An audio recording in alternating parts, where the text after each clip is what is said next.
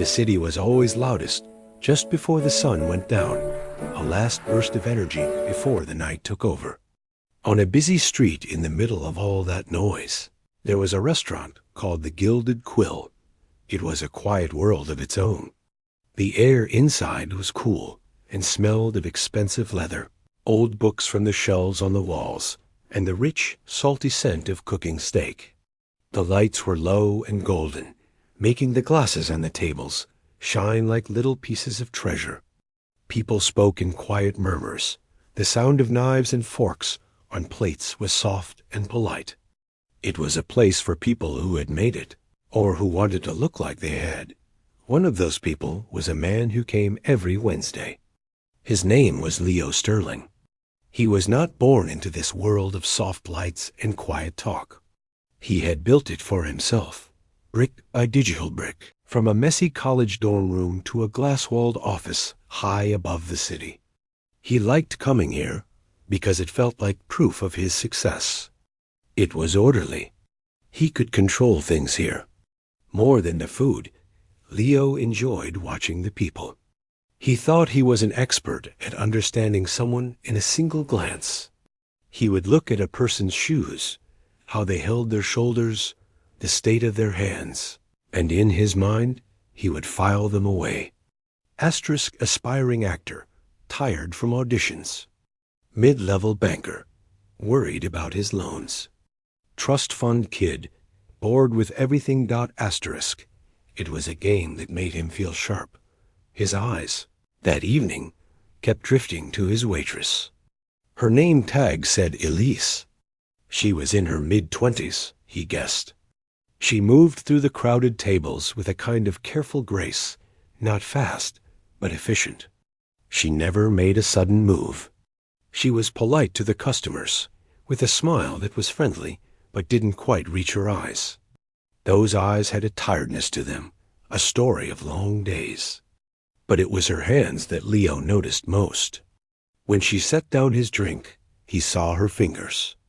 They were slender, but they weren't perfectly manicured. There was a faint, grayish smudge near her thumbnail, like old ink that wouldn't wash off. A callus marked the side of her middle finger. Writer, he decided. Or maybe an artist. Someone who worked with their hands, but not in a wealthy way. She was just part of the scenery of the restaurant. Another piece of the well-oiled machine. At the table with Leo were two men he did business with. They were like him, successful, used to getting what they wanted. The talk had turned to predictions, to knowing things before they happened. One of them, a man with a loud laugh, was talking about a stock he was sure would rise. "It's all in the data," the man said, tapping his temple. "You just have to know how to read the signs." Leo sipped his whiskey, a smooth, smoky flavor spreading in his mouth. He looked over at Elise, who was carefully placing dessert forks at the next table. He had a sudden, playful idea. A little experiment. A bet. It would be a fun way to pass the time, to prove his point about reading people. "You see our waitress?" Leo said, his voice low enough that only his friends could hear. They glanced over. "Elise, look at her hands, ink-stained, a little rough. She's practical. Probably works 2 jobs, pays her bills by the hour. She's never had time for luxuries, for useless skills." His friend with the loud laugh grinned. "What are you saying?" "I'm saying," Leo continued, his confidence growing, "that I can tell you something she has definitely never done. She has never, in her life, played a piano." The other friend leaned in. "You can't know that. Maybe she took lessons as a kid." "Look at her," Leo said, feeling the thrill of the challenge. The posture of someone who carries trays, not someone who sat at a piano bench for hours. The hands of someone who writes or cleans, not someone who practiced scales. It's in the details. I'd bet good money on it. The idea of a bet perked up his companions. It was something to break the monotony of another business dinner. Leo thought about it. A year's rent for her would be nothing to him, less than a single bottle of wine from his own collection. And the tip if he won? a funny story to tell. It was harmless. He felt a flicker of something, not cruelty, but the simple power of his position. He could change the course of her evening with a single sentence. A few minutes later, Elise came back to clear their main course plates. She moved quietly, stacking the dishes with a practiced ease. "Can I get you gentlemen anything else? Another drink?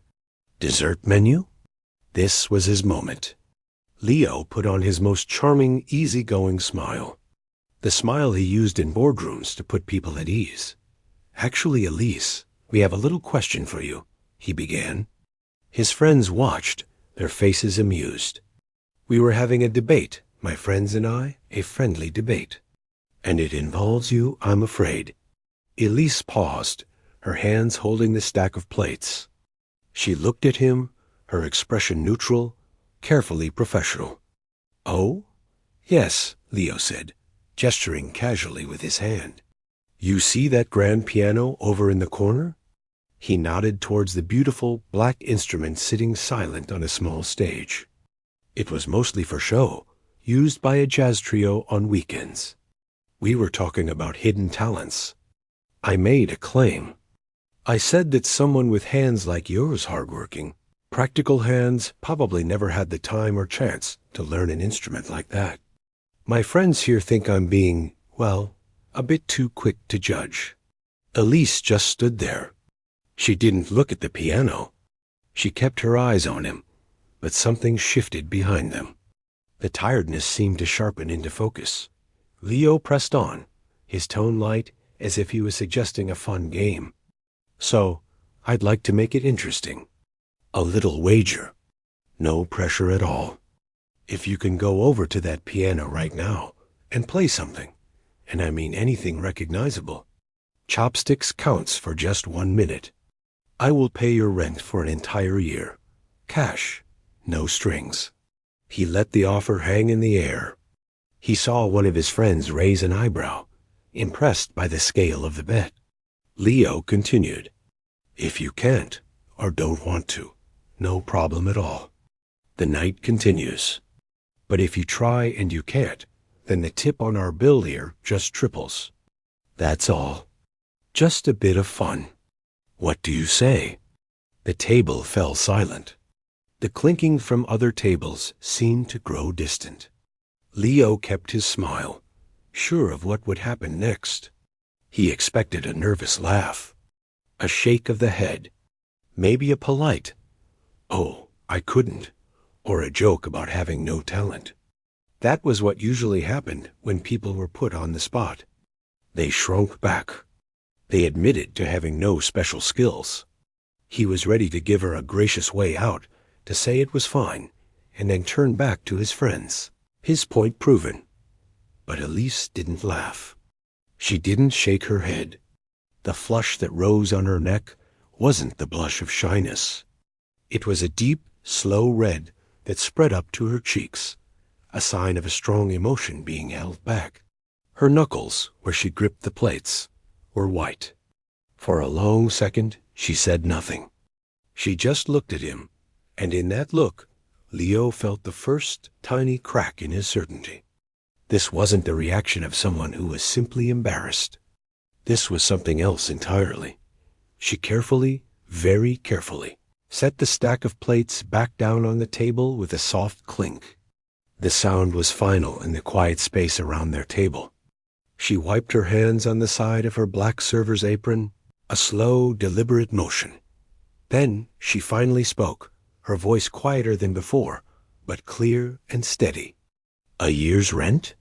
Leo nodded, his charming smile still in place, though it felt a little more fixed now. "Guaranteed." Elise took a deep breath. She glanced over her shoulder at the grand piano, sitting alone in the corner. For a moment, her face changed.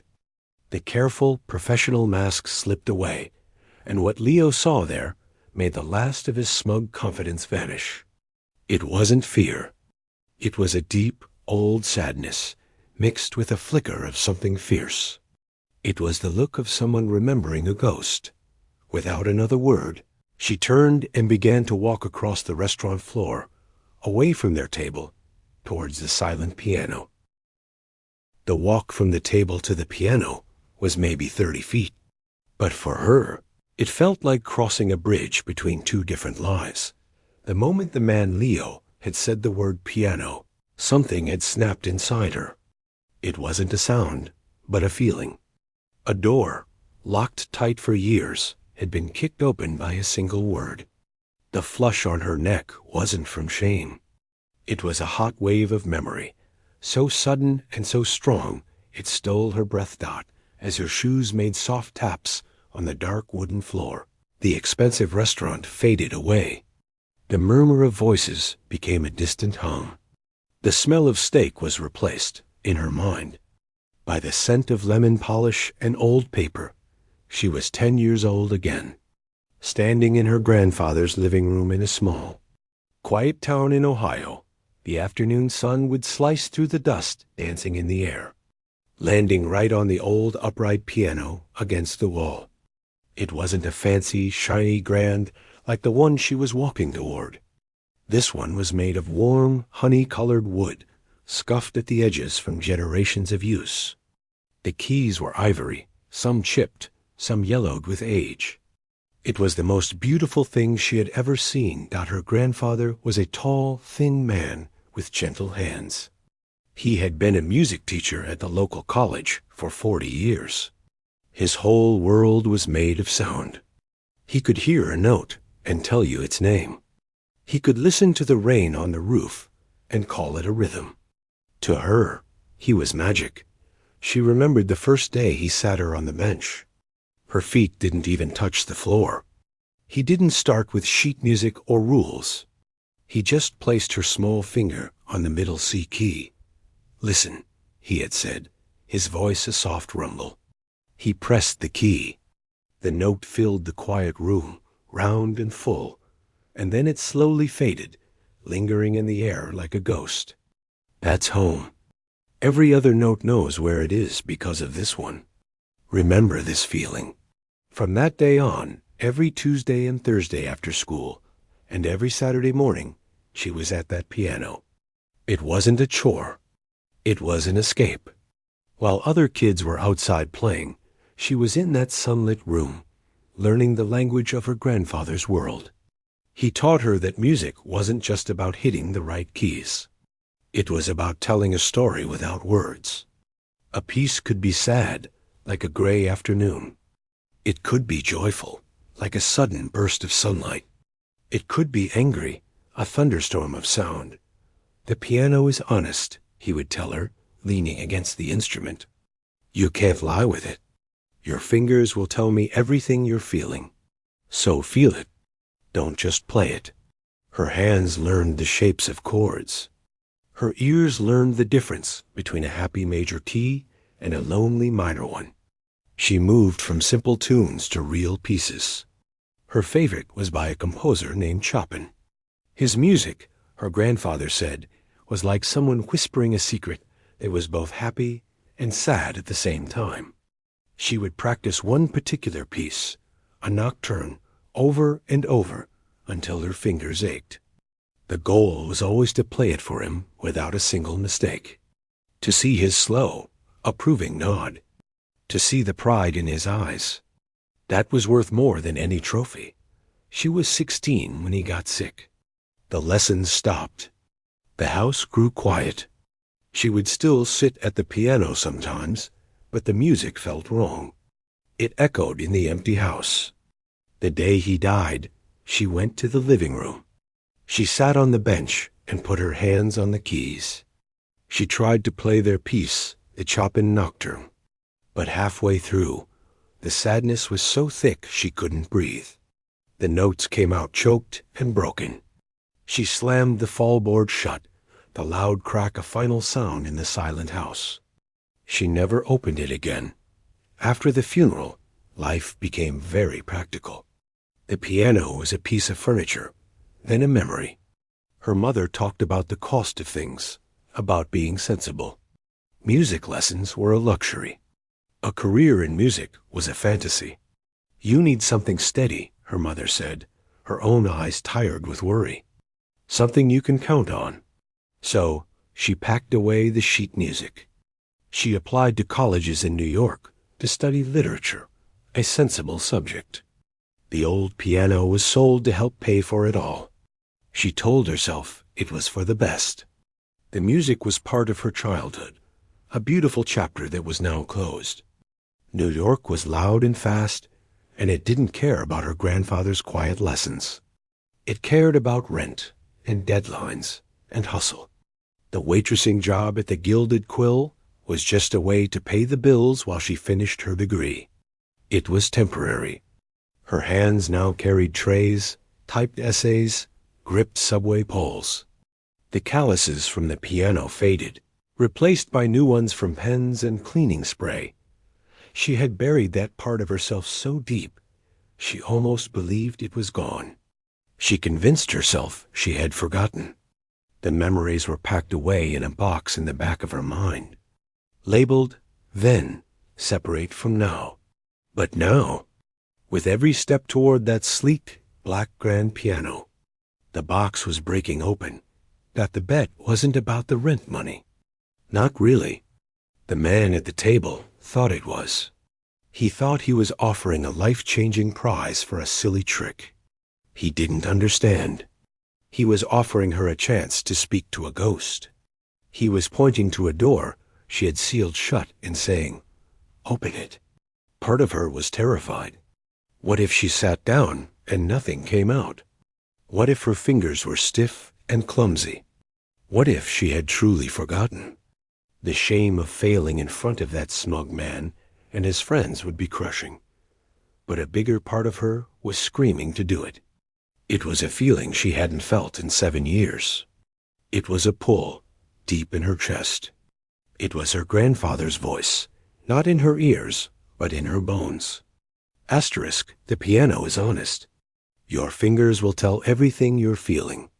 Asterisk, what did she have to lose? Her pride? She left that back in Ohio with the old honey-colored piano. Her job? Maybe. But if she walked away now, she knew she would always wonder. She would spend the rest of her life carrying that locked box. Always feeling its weight. She reached the small raised platform where the piano sat. A young busboy, sensing the strange energy in the room, had hurried over and pulled off the heavy black cover. The piano gleamed under the soft spotlights. It was a giant, polished creature, so different from her grandfather's warm, scuffed friend. She slid onto the cool leather of the bench. It was too high. She adjusted it quickly, the mechanism smooth and silent. This small, practical action grounded her for a second.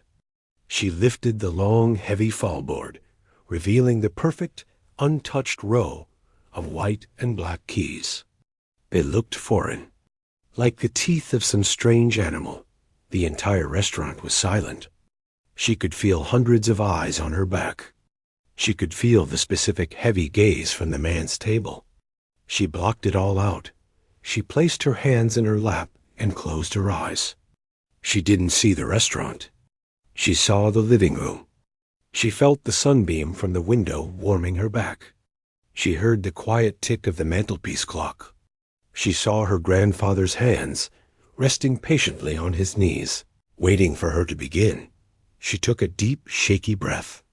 It was loud in the quiet room. Her hands lifted from her lap.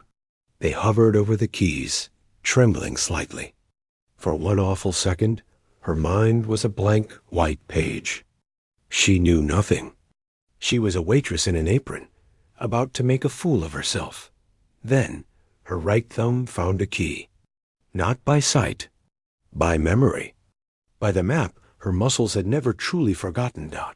It found the E-flat dot, and with that touch, the map of her fingers came alive.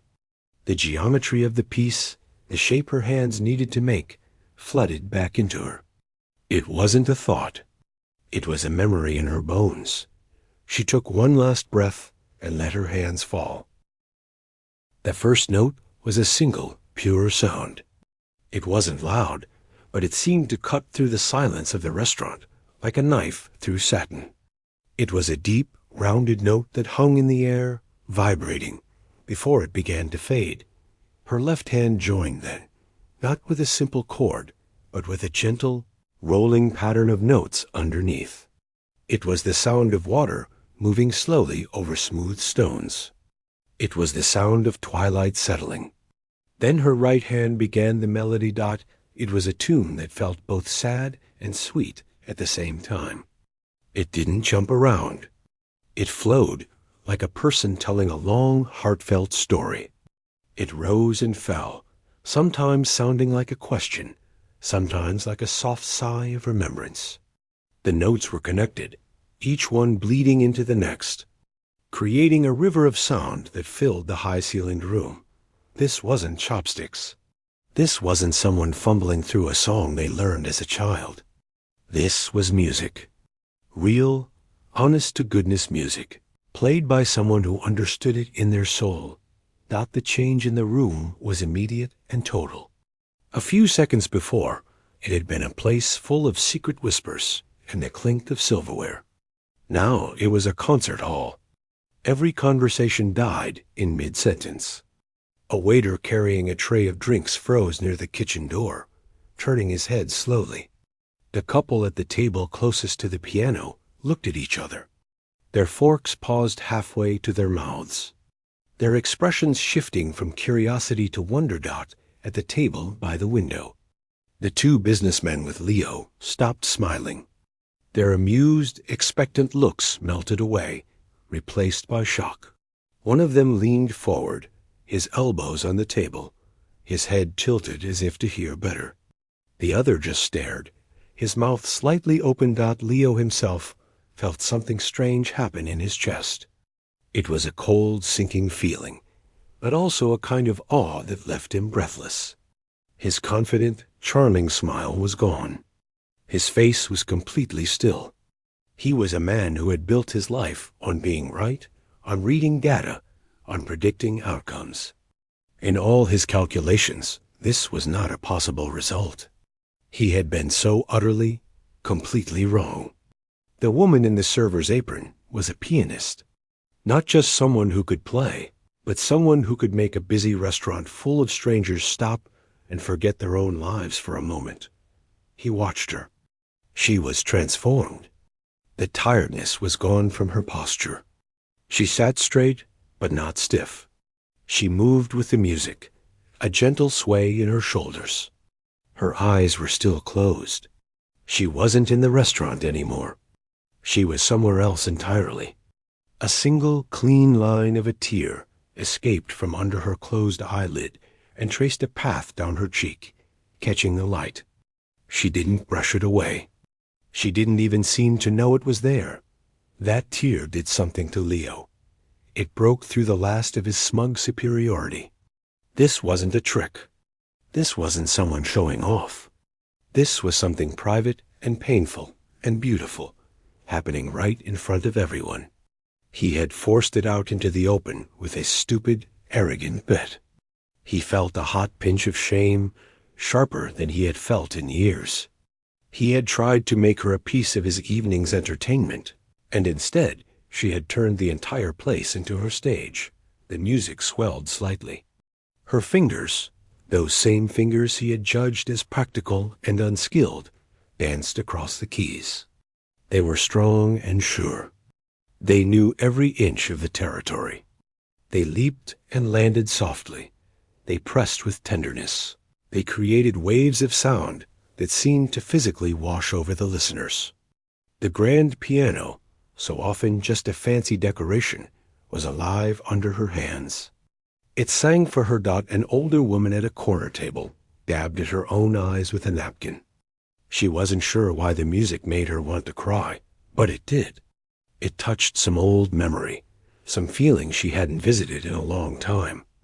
A young couple on a date reached for each other's hands under the table, their fingers intertwining, their earlier small talk forgotten. The kitchen staff, usually a world of shouting and sizzling pans, had grown quiet. The chef stood in the pass-through window, his white apron stained with sauces, listening. The dishwasher, turned off his roaring machine for a minute to hear better. The sudden silence from the kitchen adding to the spell. For the girl at the piano, the outside world had dissolved. The moment her fingers touched the keys, she was transported. The cool leather of the bench became the familiar, worn fabric of her grandfather's.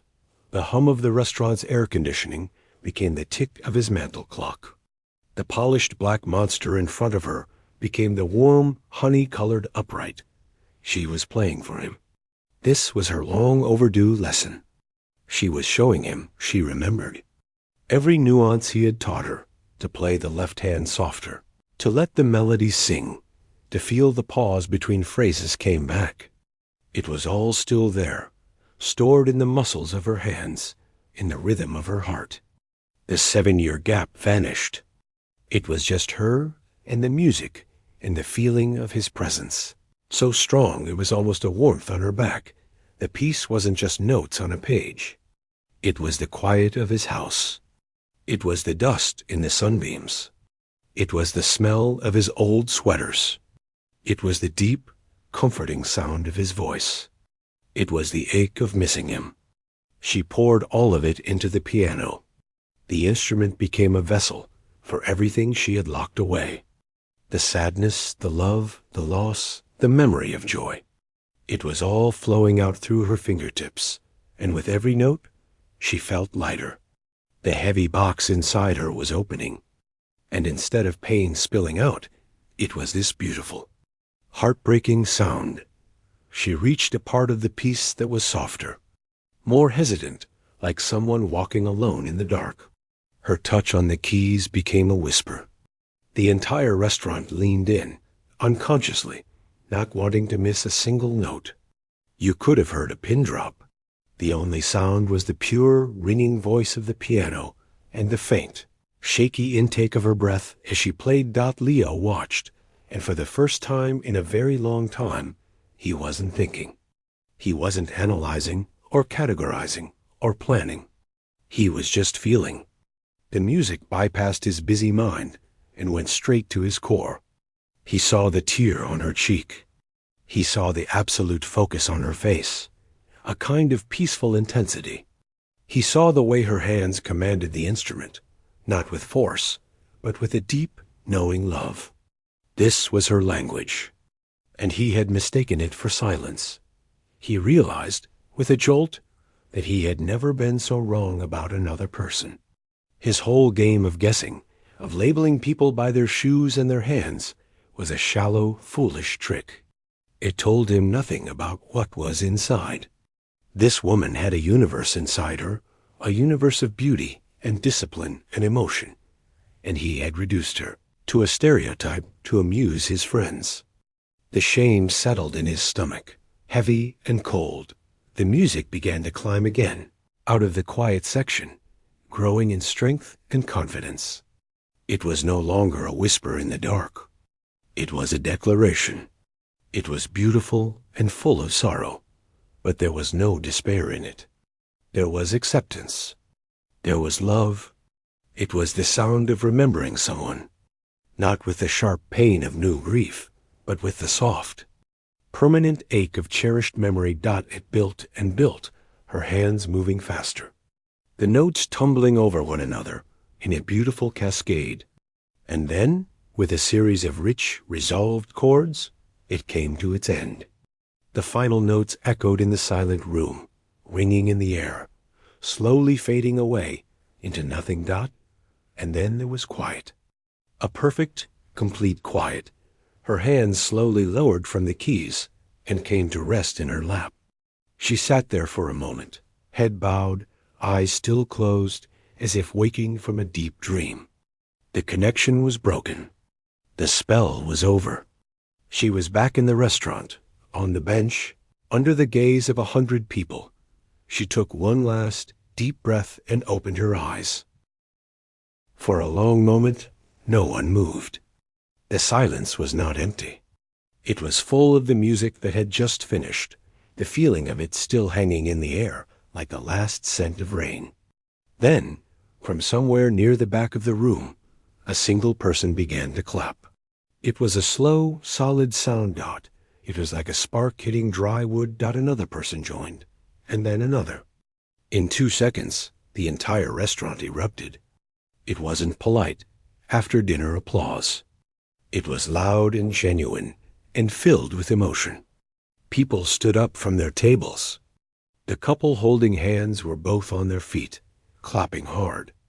The older woman in the corner was smiling through tears, nodding her head as she applauded. The kitchen staff, crowded in the doorway, were whistling and clapping, their faces bright with excitement. The sound was a wave of warmth that crashed over the small stage. She heard it from a distance at first, as if she were underwater. The vibration in the air brought her back. Her fingers tingled. Her cheeks were wet. She quickly brushed the tear tracks away with the back of her hand, a gesture that was suddenly young and vulnerable. She looked out at the sea of standing, clapping people, and a fresh wave of heat flooded her face. But this time, it was pure shock. She hadn't thought about an audience. She had only thought about the piano, and her grandfather, and the music. She had forgotten where she was. Her eyes found his table. The 2 businessmen were standing too, clapping along with everyone else, looks of stunned appreciation on their faces. But the man who had made the bet, Leo, was still sitting down. He was just looking at her. His expression was impossible to read. It wasn't the charming smile from before. It wasn't smug. It was something heavy and still. Feeling suddenly exposed, she stood up from the bench. Her legs felt a little shaky, like she had just stepped off a boat onto solid land. She gave a small, awkward nod towards the room, a silent, "Thank you," and then gently closed the fallboard over the piano keys. The simple, final click seemed to signal that the performance was truly over. The applause began to soften, turning into a buzz of excited conversation as people slowly sat back down, their voices animated. Their eyes still on her dot, she had to walk back through the restaurant to get to his table. It was the longest walk of her life, even longer than the walk to the piano. People smiled at her as she passed. A man at a table reached out slightly and said, "That was incredible." She managed a small, tight smile in return, but she didn't stop. Her focus was on the table by the window. Her heart, which had been lost in the music, was now pounding again, hard and fast against her ribs. What now? Would he laugh it off? Would he accuse her of tricking him? Would he just hand her a check and send her away? The reality of the bet, the money, the whole strange situation, came crashing back down on her dot as she approached. The 2 other men sat back down, still shaking their heads in amazement. Leo finally moved. He stood up. It was a slow, deliberate motion. He didn't say anything until she was standing right in front of the table, her hands clasped tightly in front of her apron. "Elise," he said. His voice was different. The smooth, easy baritone was gone. It was quieter, sober. He cleared his throat. That was, "I don't have the right words." That was one of the most beautiful things I have ever heard. He wasn't just saying it. He meant it. She could see it in his face. The confidence was gone, replaced by a kind of raw honesty that was more unsettling than his earlier charm. "I was wrong," he said, the words simple and direct. Not just a little wrong. Completely, utterly wrong. "I judged you based on nothing, and I turned your skill into a party trick. I am deeply sorry." She hadn't expected an apology. She didn't know what to say. She just nodded, accepting it. "The bet stands," he continued, reaching into the inner pocket of his jacket. He pulled out a sleek, black wallet. "A year's rent. I'll write you a check right now." He started to reach for a pen, but then he paused. He put the wallet down on the table and looked at her, really looked at her, as if seeing her for the first time. He saw the lingering emotion in her eyes, the way her hands, now still, seemed to hum with the leftover energy. He saw not a waitress he had misjudged, but an artist he had accidentally uncovered. "But," he said, his voice firming up with a new idea, "but the bet is the least important part of this. That performance, that wasn't someone who just took lessons as a kid. That was years of work. That was heart. What are you doing here?" The question was blunt. It wasn't unkind, but it was direct. It was the question she had been asking herself for a long time. She found her voice, though it was a bit unsteady. I'm finishing my degree. In literature. This job is just to pay the bills. It's temporary." "Temporary," he repeated, as if tasting the word. "And the piano? When was the last time you played like that? Before tonight?" She looked down at her hands. 7 years, she whispered. "I haven't played since my grandfather died. He was my teacher." A new layer of understanding settled on his face. That explained the tears. That explained the deep, personal well the music had come from. He had not just asked for a song. He had asked her to open a grave and pull out a treasure. 7 years, he said, almost to himself. He made a decision. He picked up his wallet again, but instead of pulling out a checkbook, he took out a small, stiff business card. It was simple, just his name and a phone number in embossed text. He took the pen and wrote on the back of it a different number, scratching it quickly. He held the card out to her, not as a payment, but as an offering. "Take this. The number on the front goes to my office. The one I wrote on the back is my personal cell. Call me tomorrow." She took the card, her fingers brushing his. It felt warm. "The rent is yours. No conditions. Consider it done. But if you'll allow me, I would like to do more than win a bet I lost." He gestured towards the piano. "What you have is a gift. It's not something that should be locked away for another 7 years. I know a few people. One of them runs the evening extension program at the Juilliard School. It's for people whose paths took a different turn. It's serious. It's for musicians like you." She stared at him, the words not quite making sense. Juilliard. The name was a monument.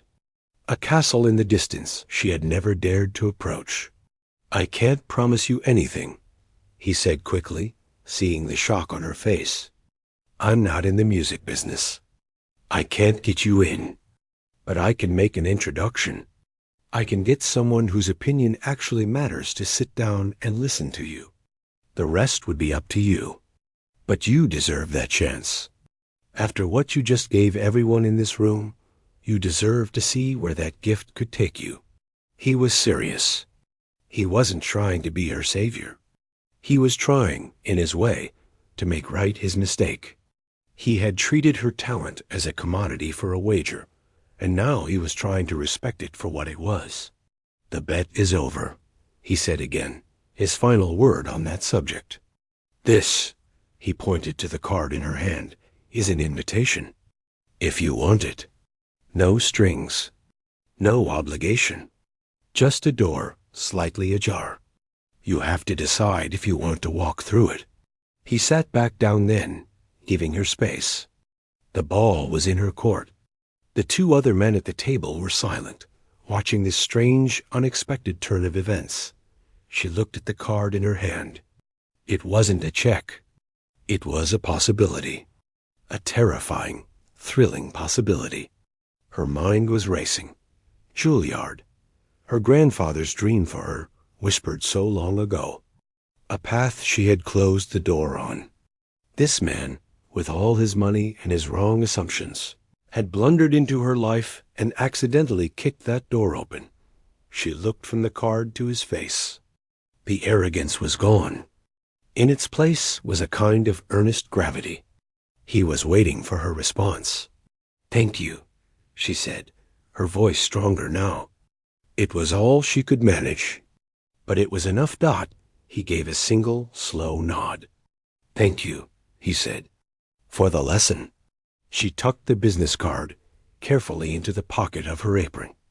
It felt like holding a live wire. She gave one last, small nod to the table, then turned and walked away, not back to the piano, but towards the kitchen, towards the familiar world of orders and trays. But nothing was familiar anymore. The air felt different. The sounds of the restaurant were just sounds, no longer the backdrop to her quiet waiting. Her fingertips, resting against her leg, still held the memory of the keys. And in her pocket, a small piece of cardstock hummed with a potential future. The rest of her shift passed in a blur. The usual rhythms of the restaurant, the call of orders, the clatter of plates, the requests for more bread all sounded muffled and far away.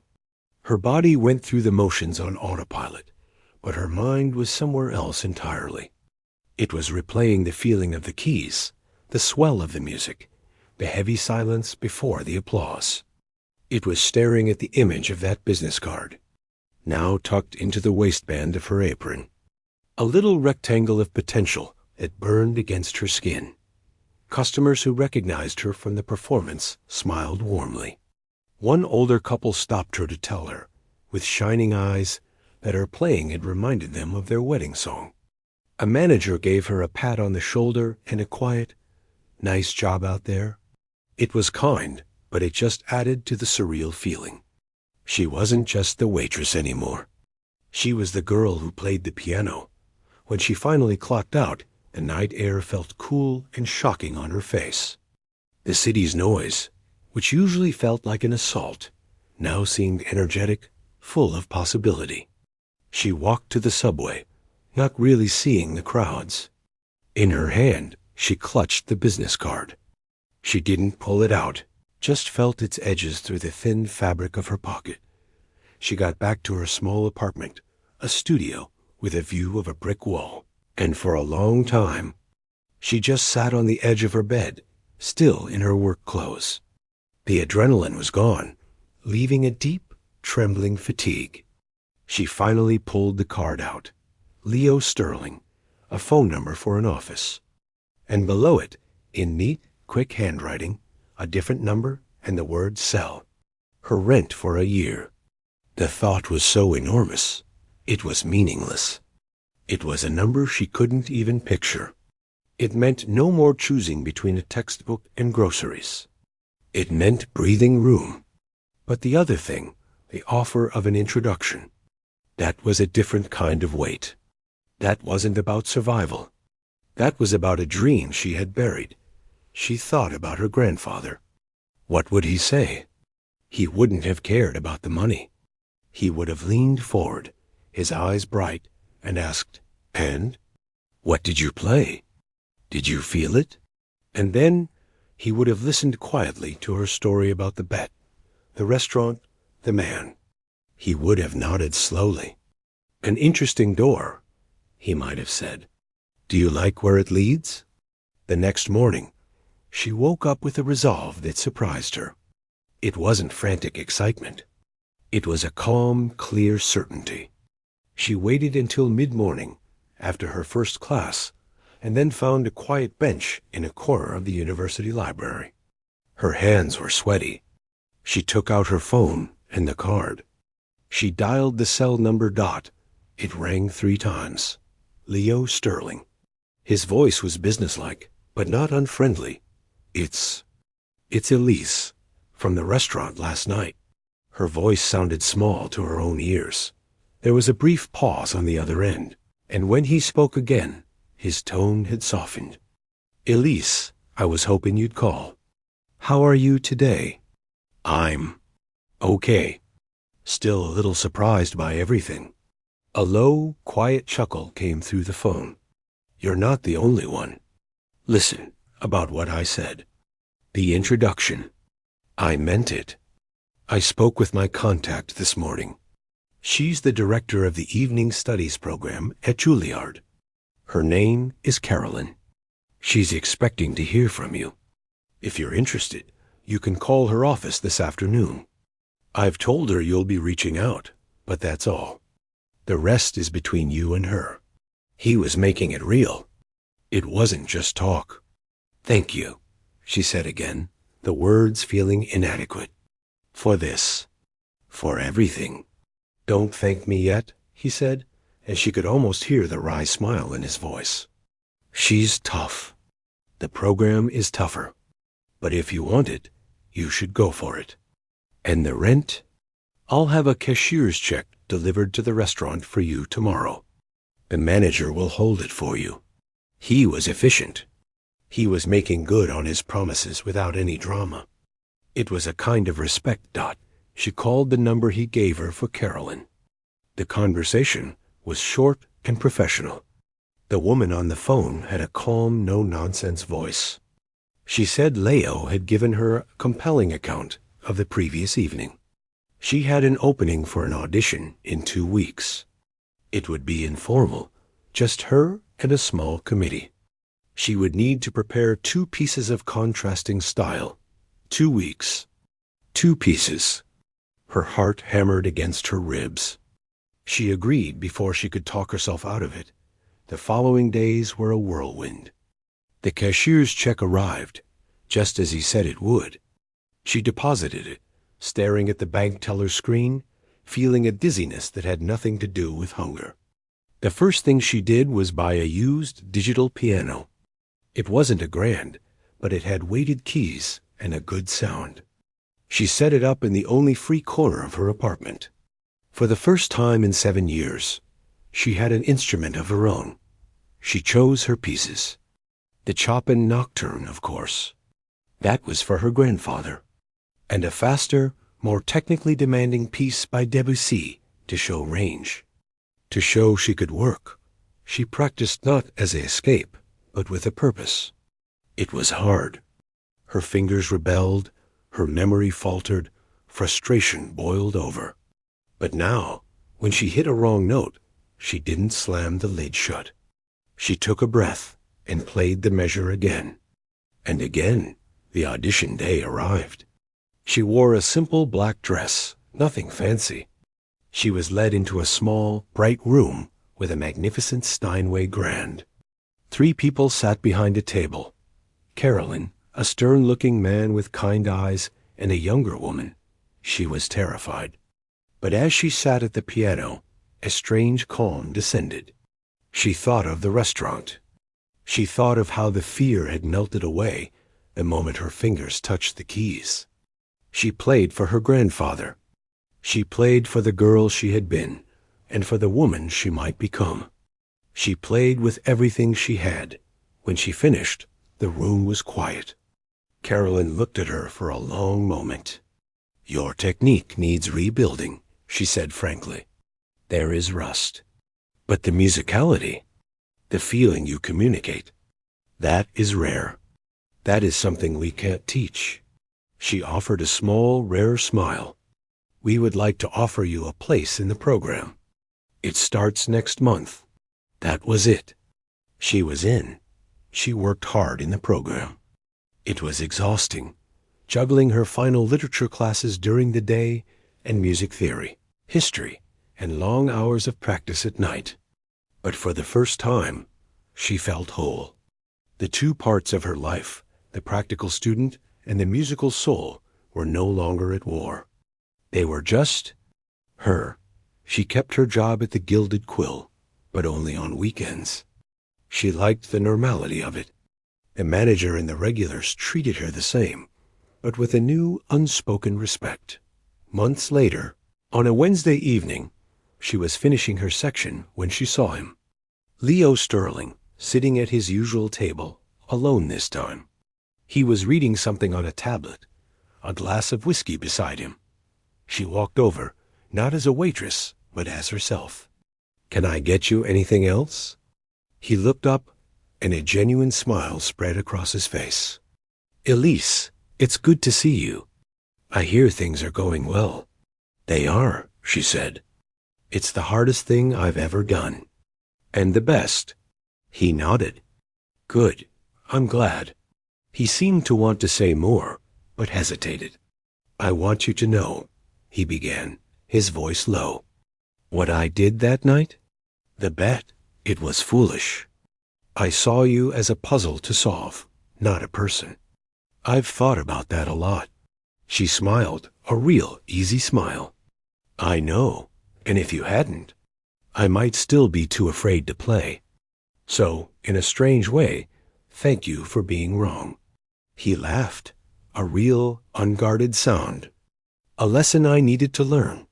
He raised his glass slightly in a silent toast to her. To your music, Elise. She nodded. To being wrong. She walked away from his table, not back to the kitchen, but toward the piano. It was a Friday, and the jazz trio was setting up. The pianist, an older man she'd come to know, saw her and smiled. You're up for the first set, right? She was. They let her play a few pieces with them sometimes now. It was part of her practice. She sat on the bench, the same bench from that fateful night. She placed her hands on the keys. They were stronger now, more sure. She still played for her grandfather. She always would. But now, she also played for herself.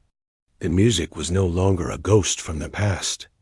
It was her present, and it was her future. And it had all started with a foolish bet, a moment of courage, and the simple, honest sound of a single, perfect note.